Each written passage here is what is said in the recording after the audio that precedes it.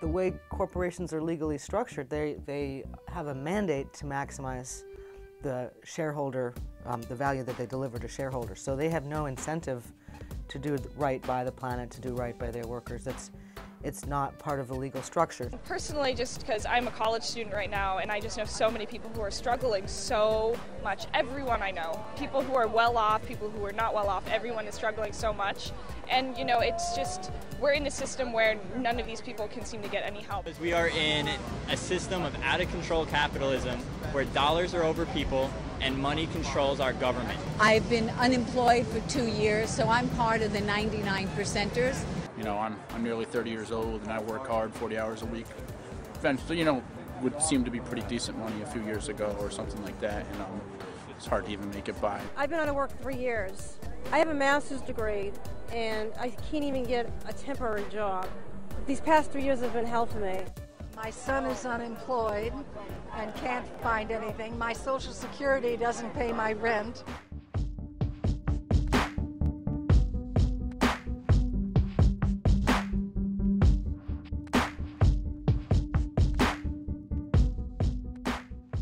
In the mid-1800s, under the 14th Amendment, they created this legal issue around the corporations being considered a person.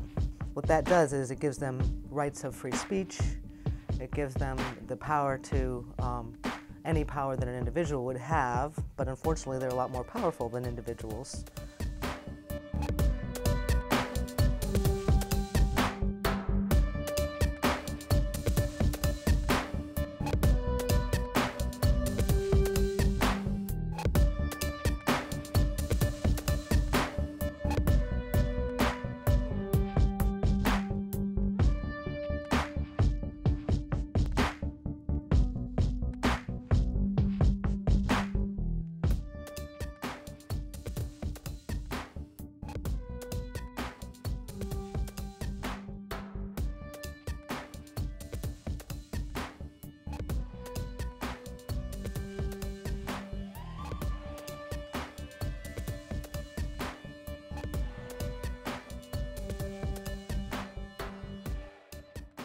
Basically, wages for the bottom 80% have flatlined.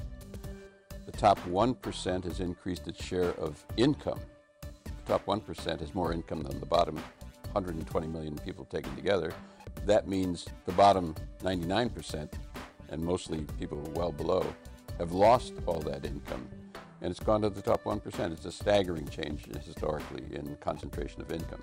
And they have the money to do the right thing. This is the crazy part. They made record profits last year, but their hands are tied. If you're the CEO of a company, the board will fire you if you do anything to indicate that you are not maximizing returns. Well, there's a political aspect, and we're seeing it now in this election, this past election, where the money buys power, advertising and politics. There should be mechanisms so that the political system is accountable to more than just the wealthy few. But even more, the notion that you could have a democratic society requires that people have the capacities that are roughly, not equally shared, but within the same range. And a society that has such unbelievable differences in income, education, nutrition, security, fear, cannot be a democratic society in any meaningful sense. 1 in 4 children living in poverty in the United States now. That is a family of 4 under $22,000. When you actually have the time, because you're sick, to actually do the research and see what's going on and find out the truth, most people can't handle it. It's very scary making change this time around. We have to change everything we're doing, and it's time to wake up. It's time to look at the truth and do it without fear. We all need to come together. It's about oneness. The inequity, it means that a lot of people are living in terrible conditions of poverty, lack of good health care, lack of good nutrition, when people at the top are buying yachts and flying private airplanes. There's an immoral aspect to this which just can't be denied. A book by Marjorie Kelly I recommend highly called The Divine Right of Capital. She talks a lot about why are employees on the liability side of the balance sheet. Employees are very valuable to your company, especially if they're knowledge workers. She has an example of a company of scientists, and the owners, or the board, decided to sell the company and move it to or move the company overseas, and they didn't want to move, so they all quit.